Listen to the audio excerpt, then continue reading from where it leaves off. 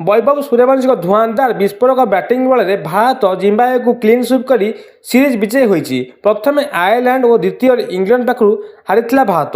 ଲଗାତାର ଦୁଇଟି ସିରିଜ୍ ପରେ ଶ୍ରେୟସ ଆୟରଙ୍କ ନେତୃତ୍ୱରେ ଭାରତ ପ୍ରଥମ ସିରିଜ୍ ଜିତିଛି ଜିମ୍ବାୱେକୁ ହରାଇ। ହଁ ଦର୍ଶକ ବନ୍ଧୁ, ଟି-20 ସିରିଜରେ ହୋଇଛି ବଡ଼ ପ୍ରଭାବ, କାହିଁକି ନା ବୈଭବ ସୂର୍ଯ୍ୟବଂଶୀ ବିସ୍ଫୋରକ ବ୍ୟାଟିଂ କରିଛନ୍ତି।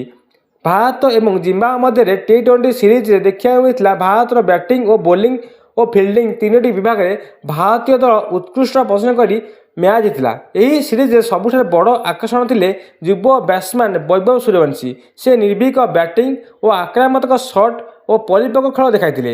ଶେଷ ମ୍ୟାଚ୍ରେ ବିସ୍ଫୋରକ ବ୍ୟାଟିଂ କଲେ। ଶୃଙ୍ଖଳା ଶେଷ ଟି-20 ମ୍ୟାଚ୍ରେ ବୈଭବ ସୂର୍ଯ୍ୟବଂଶୀ ମାତ୍ର କିଛି ବଲ୍ରେ ଦ୍ରୁତ ଗତିରେ 81 ରନ୍ ସଂଗ୍ରହ କରିଥିଲେ। ତାଙ୍କ ଇନିଂସରେ ଥିଲା ଆକର୍ଷଣୀୟ ଚୌକା ଓ ବିଶାଳ ଛକା। ତାଙ୍କର ଏହି ବିସ୍ଫୋରକ ବ୍ୟାଟିଂ ଭାରତର ବଡ଼ ସ୍କୋର କରିବାକୁ ସାହାଯ୍ୟ କରିଥିଲା। ତାଙ୍କର ଏହି ଅସାଧାରଣ ପ୍ରଦର୍ଶନ ପାଇଁ ସେ ମ୍ୟାନ୍ ଅଫ୍ ଦି ମ୍ୟାଚ୍ ମଧ୍ୟ ପୁରସ୍କାର ପାଇଥିଲେ। କେବଳ ଶେଷ ମ୍ୟାଚ୍ ନୁହେଁ, ସମଗ୍ର ଶୃଙ୍ଖଳାରେ ବୈଭବଙ୍କ ପ୍ରଦର୍ଶନ ଅତ୍ୟନ୍ତ ଚମତ୍କାର ଥିଲା। ସେ ନିୟମିତ ଭାବେ ଦ୍ରୁତ ରନ୍ କରି ଭାରତର ବିଜୟ ଆଡ଼କୁ ନେଇଥିଲେ ଏବଂ ସମସ୍ତ ବ୍ୟାଟ୍ସମ୍ୟାନଙ୍କୁ ଟପି ସେ ମଧ୍ୟ ଅଧିକ ସ୍କୋର କଲେ। ଏହି ପ୍ରଦର୍ଶନ ପାଇଁ ସେ ମ୍ୟାନ୍ ଅଫ୍ ଦି ସିରିଜ୍ ମଧ୍ୟ ପୁରସ୍କାର ପାଇଲେ। ଜିମ୍ବାୱେ ବିପକ୍ଷରେ ଏହି ଟି-20 ଶୃଙ୍ଖଳାରେ ବୈଭବ ସୂର୍ଯ୍ୟବଂଶୀ ଭାରତ ପକ୍ଷରୁ ସର୍ବାଧିକ ରନ୍ ସଂଗ୍ରହ କରିଥିଲେ। ତାଙ୍କ ଆକ୍ରମଣାତ୍ମକ ବ୍ୟାଟିଂ ଓ ଆତ୍ମବିଶ୍ୱାସ ପ୍ରଭାବ ଦେଖି ପ୍ରତିପକ୍ଷ ବୋଲର ମଧ୍ୟ ଚାପରେ ପଡ଼ିଥିଲେ। କ୍ରିକେଟ୍ ବିଶେଷଜ୍ଞଙ୍କ ପ୍ରତିକ୍ରିୟା ମିଳିଥିଲା ଯେ ପୂର୍ବତନ କ୍ରିକେଟର ବିଶେଷଜ୍ଞମାନେ ବୈଭବଙ୍କୁ ନେଇ ପ୍ରଶଂସା କରିଛନ୍ତି। ଅନେକ ମତରେ ଏହି କମ୍ ବୟସରେ ଏତେ ପରିପକ୍ୱ ବ୍ୟାଟିଂ ଭାରତ କ୍ରିକେଟ୍ ପାଇଁ ଏକ ଶୁଭ ସଂକେତ।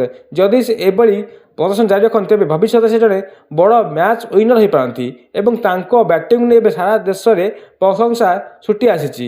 କ୍ରିକେଟ୍ ଇତିହାସରେ ଏତେ ସିନିୟର ଖେଳାଳି ଥାଇ ମଧ୍ୟ ଭାରତର ବ୍ୟାଟ୍ସମ୍ୟାନମାନେ ଫ୍ଲପ୍ ହେଉଥିଲା ବେଳେ ଯୁବ ଖେଳାଳି ମାତ୍ର 15 ବର୍ଷର ବୈଭବ ସୂର୍ଯ୍ୟବଂଶୀ ଏମିତି ବ୍ୟାଟିଂ କରିବା ସମସ୍ତଙ୍କୁ ଆଶ୍ଚର୍ଯ୍ୟ କରିଛି।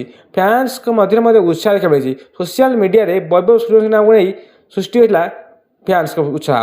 ଲକ୍ଷ ଲକ୍ଷ କ୍ରିକେଟ୍ ପ୍ରେମୀ ତାଙ୍କୁ ଅଭିନନ୍ଦନ ଜଣାଇଥିଲେ। ଅନେକ ତାଙ୍କୁ ମଧ୍ୟ ଭାରତ କ୍ରିକେଟର ଆଗାମୀ ସୁପରଷ୍ଟାର ବୋଲି କହିଛନ୍ତି। ବୈଭବ ସୂର୍ଯ୍ୟବଂଶୀଙ୍କ ପାଇଁ ଏହି ଶୃଙ୍ଖଳା ସ୍ୱପ୍ନ ସମ୍ମାନ ରହିଛି। Man of the match O man of the series Bharat ପକ୍ଷରୁ ସର୍ବାଧିକ ରନ୍ ସଂଗ୍ରହ ପାଇଁ ସେ ପ୍ରତିଭାର ପ୍ରମାଣ ଦେଇଛନ୍ତି। ଏବେ ସମସ୍ତଙ୍କ ନଜର ରହିଛି ତାଙ୍କର ଆଗାମୀ ପ୍ରଦର୍ଶନ ଉପରେ। ଏତିକି ଥିଲା ଆଜିର ବିଶେଷ କ୍ରୀଡ଼ା ରିପୋର୍ଟ। ଚ୍ୟାନେଲକୁ ଅଧିକ ସବସ୍କ୍ରାଇବ୍ କରନ୍ତୁ ଏବଂ ମ୍ୟାଚ୍ ଦେଖିବା ପାଇଁ ଆମକୁ ଯୋଡ଼ି ରୁହନ୍ତୁ। ନମସ୍କାର, ଧନ୍ୟବାଦ, ଜୟ ହିନ୍ଦ।